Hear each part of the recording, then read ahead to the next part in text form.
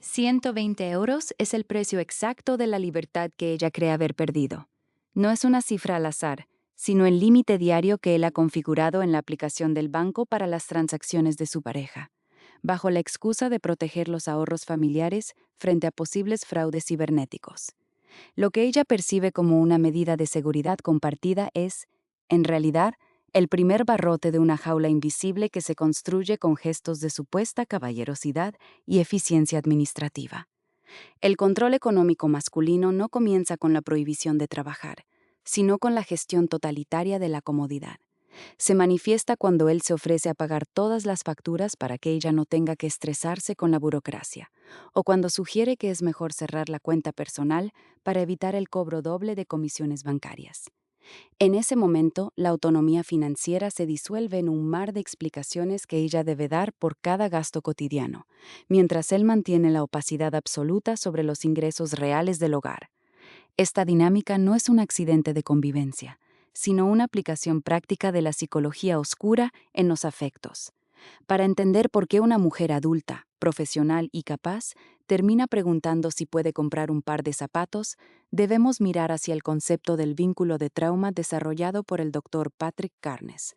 Este fenómeno se define como un lazo emocional extremadamente fuerte que se desarrolla en contextos de abuso mediante un ciclo de refuerzo intermitente. En el ámbito económico, esto se traduce en periodos donde él es extremadamente generoso, regalando objetos caros o financiando viajes de lujo, seguidos de fases donde cuestiona el precio de una barra de pan. Esta alternancia rompe la capacidad de juicio de la víctima. El cerebro queda atrapado en una montaña rusa neuroquímica donde el organismo se inunda de cortisol y adrenalina durante las discusiones por dinero, situando a la persona en un estado constante de supervivencia. Cuando llega la reconciliación, que suele ir acompañada de una inyección de capital o un regalo compensatorio, el cerebro libera dopamina y oxitocina de forma masiva.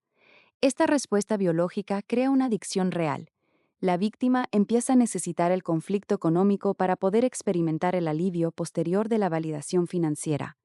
Es el mecanismo del condicionamiento operante de Skinner en su forma más destructiva. La persona no se queda por el dinero en sí, sino por la liberación química que siente cuando él decide, unilateralmente, que ella vuelve a ser merecedora de acceso a los recursos.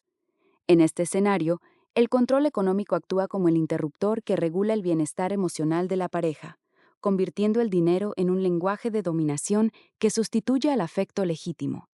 La sofisticación de esta trampa se intensifica cuando se combina con la dinámica espejo o la identificación proyectiva, conceptos que la psicoanalista Melanie Klein exploró a fondo. En estas relaciones, él proyecta sus propias inseguridades y su miedo patológico al abandono en la capacidad adquisitiva de ella. Si ella gana dinero, él lo percibe como una amenaza a su control. Por tanto, utiliza la técnica del espejo para reflejar en ella una imagen de incompetencia. Le hace creer que es desorganizada, que no sabe ahorrar o que sus decisiones financieras son siempre erróneas. Al final, ella asume esa identidad distorsionada y empieza a dudar de su propio criterio, entregando voluntariamente las llaves de su independencia. No es solo que no tenga dinero, es que ha llegado a creer que no es capaz de gestionarlo. El proceso suele comenzar con una fase de bombardeo de amor, donde la coincidencia económica es extrema. Él se presenta como el proveedor ideal que comparte todos los deseos de ella, creando una falsa sensación de seguridad absoluta. Sin embargo, la progresión típica avanza hacia una devaluación sutil. Las debilidades que ella compartió en momentos de intimidad, como sus deudas pasadas o sus aspiraciones profesionales, empiezan a usarse como armas. La escalada ocurre mediante lo que llamamos abuso reactivo. Él la empuja hasta su límite emocional, negándole el acceso a recursos básicos o humillándola por sus gastos, hasta que ella estalla en una discusión violenta. En ese momento, él utiliza esa reacción para victimizarse y culparla de ser inestable o interesada, reforzando la idea de que ella es el verdadero problema en la relación. Esta distorsión de la realidad provoca una disonancia cognitiva profunda. La víctima percibe a su controlador como el único salvador posible ante el caos financiero que él mismo ha provocado. Si hay una deuda, él es quien la negocia. Si falta dinero, él es quien lo consigue. Lo que ella no ve es que esas situaciones de escasez han sido diseñadas o manipuladas para mantenerla en un estado de gratitud permanente. Los datos cualitativos en terapias de pareja indican que este tipo de entrelazamiento traumático es especialmente común en individuos con estilos de apego desorganizado, quienes buscan inconscientemente replicar el caos de sus hogares de origen, donde el afecto y la provisión económica eran condicionales y arbitrarios. El impacto psicológico en la mujer que vive bajo este control es devastador y se manifiesta de forma física. La fatiga crónica es un síntoma recurrente, fruto de vivir en un estado de hipervigilancia constante, calculando mentalmente cada gasto para evitar la explosión del otro. Aparece también una pérdida de la identidad y una ansiedad generalizada que paraliza la toma de decisiones. La víctima llega a experimentar una incapacidad patológica para comprar algo sin buscar la aprobación del compañero, incluso si se trata de dinero que ella misma ha generado. Se cierra así el círculo del trauma mutuo. Él necesita controlar para no ser abandonado, y ella se somete para no enfrentarse al vacío de una autonomía que le han hecho creer que no puede manejar. En la vida cotidiana, este control invisible se observa en detalles que pasan desapercibidos para el entorno social. Es el hombre que insiste en llevar siempre la billetera y pagar él, no por generosidad, sino para que ella nunca tenga contacto con el terminal de pago. Es el marido que pide que el sueldo de ella se deposite en una cuenta donde él es el único titular, argumentando que así es más fácil organizar los pagos de la hipoteca. Es el compañero que critica sistemáticamente cada compra que ella hace para sí misma, mientras él realiza gastos suntuosos sin consultar, bajo la premisa de que es su dinero porque él gana más. Esta asimetría se justifica mediante un discurso de eficiencia que esconde una estructura de poder absoluto porque tenga. Reconocer este ciclo desde dentro es extremadamente difícil porque el abusador suele ser una persona encantadora de cara al exterior, a menudo percibida como un hombre responsable y protector. La víctima siente que camina sobre cáscara de huevo cada vez que llega al extracto bancario o cuando necesita pedir dinero para un imprevisto. Existe un patrón claro donde los momentos de mayor cercanía emocional son siempre precedidos por una crisis económica provocada por él. El alivio postraumático que siente ella cuando él finalmente cede y le entrega el dinero es lo que mantiene el vínculo sellado.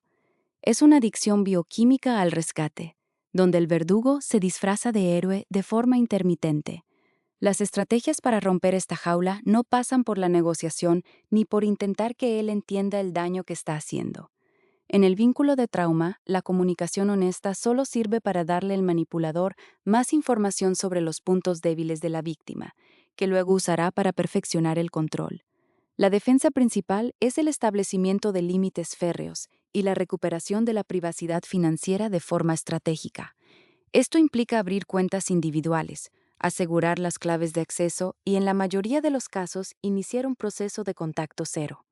La recuperación no es solo económica, sino que requiere una reconstrucción completa del autoconcepto fuera del espejo distorsionado que la pareja ha proporcionado durante años. La desintoxicación de este vínculo requiere entender que la sensación de incapacidad es una construcción artificial diseñada para asegurar la permanencia. Los estudios contemporáneos sobre el trauma bonding sugieren que la intensidad del lazo es directamente proporcional a la severidad de la privación sufrida. Cuanto más difícil le resulta a ella conseguir el dinero, más valora el gesto de él cuando se lo entrega. Desactivar esta necesidad implica enfrentarse al miedo al desamparo y reconocer que la verdadera seguridad no reside en la provisión externa controladora, sino en la capacidad propia de gestionar la propia vida, con todos sus riesgos y responsabilidades. El proceso de salida suele ser lento y requiere un apoyo externo que no juzgue la aparente pasividad de la víctima. No es falta de carácter, es una lesión neurobiológica producida por años de refuerzo intermitente. La reconstrucción de la identidad financiera es el primer paso hacia la recuperación de la dignidad personal. Cuando ella vuelve a ser dueña de sus 120 euros o de la cantidad que sea, no solo recupera el poder de compra, sino que recupera la capacidad de decir no. Recupera la noción de que sus necesidades no son caprichos que deben ser aprobados por una autoridad superior, sino derechos fundamentales que ella misma puede y debe satisfacer. En conclusión, El control económico invisible es una forma de violencia que se alimenta del deseo de seguridad de la víctima y de la necesidad de dominio del agresor. Solo rompiendo la adicción al alivio que sigue al conflicto, se puede desactivar la dinámica donde ambos terminan devorándose en un ciclo de dependencia y resentimiento. La verdadera autonomía comienza cuando el dinero deja de ser un instrumento de castigo o recompensa para convertirse simplemente en lo que es, un recurso para construir una vida elegida en libertad. La jaula solo es invisible mientras aceptamos que otra persona tiene el derecho de administrar nuestra capacidad de existir en el mundo. Al recuperar el control sobre lo material, se abre el camino para sanar el espejo roto de nuestra propia identidad. La independencia financiera no es una cuestión de acumulación de riqueza, sino la base indispensable para que el afecto sea una elección y no una estrategia de supervivencia. Si el acceso a tus propios recursos depende del estado de ánimo de otra persona, no estás en una relación de pareja, sino en una estructura de servidumbre psicológica. Identificar este mecanismo es el primer paso para desmantelar la trampa y empezar a caminar hacia una libertad que nadie pueda limitar con una aplicación de banca móvil. Cuidar de uno mismo implica, necesariamente, tener las llaves de la propia despensa y el control absoluto de la propia cuenta corriente. Sin autonomía económica, cualquier promesa de amor es simplemente un contrato de arrendamiento sobre tu propia voluntad.